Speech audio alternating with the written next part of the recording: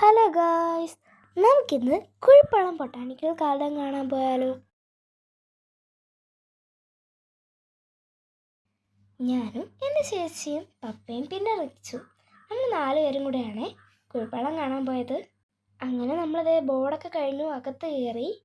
കഴിഞ്ഞ പ്രാവശ്യം വന്നപ്പോൾ വീഡിയോ എടുക്കാൻ കഴിഞ്ഞില്ല കേട്ടോ, മഴ ആയിരുന്നു.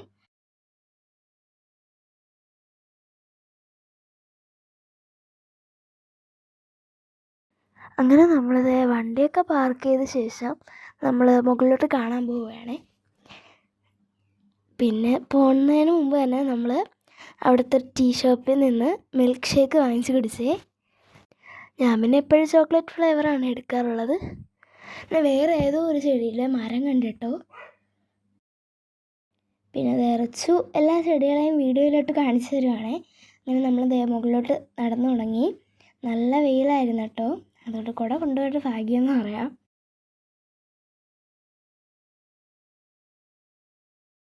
പിന്നെ വേറൊരു അങ്കിളും ആൻറ്റിയും ഫോട്ടോ എടുത്തു തരുമെന്ന് ചോദിച്ചു.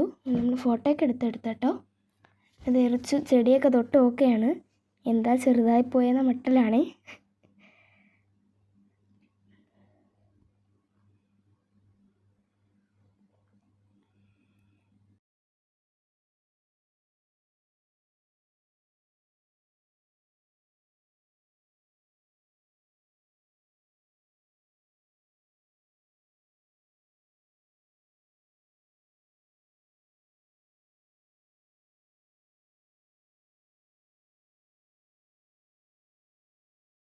പിന്നെ കുറച്ച് ദൂരം നടക്കാനുണ്ടായിരുന്നു. അപ്പോൾ ഇത്രയും ദൂരം നടന്നിട്ടാണ് ഞാൻ വേറൊരു ഫോട്ടോ കാണിച്ചു തന്നത്. ഈ ഫോട്ടോയാണ്. പിന്നെ ഫോട്ടോയുടെ സൈഡിൽ തന്നെ ഒരു സർക്കിളിലുള്ളൊരു ശില്പം പോലെ എന്തോ ഉണ്ട്. നമ്മളതിൽ പിന്നെ സർവേ കളിച്ചു.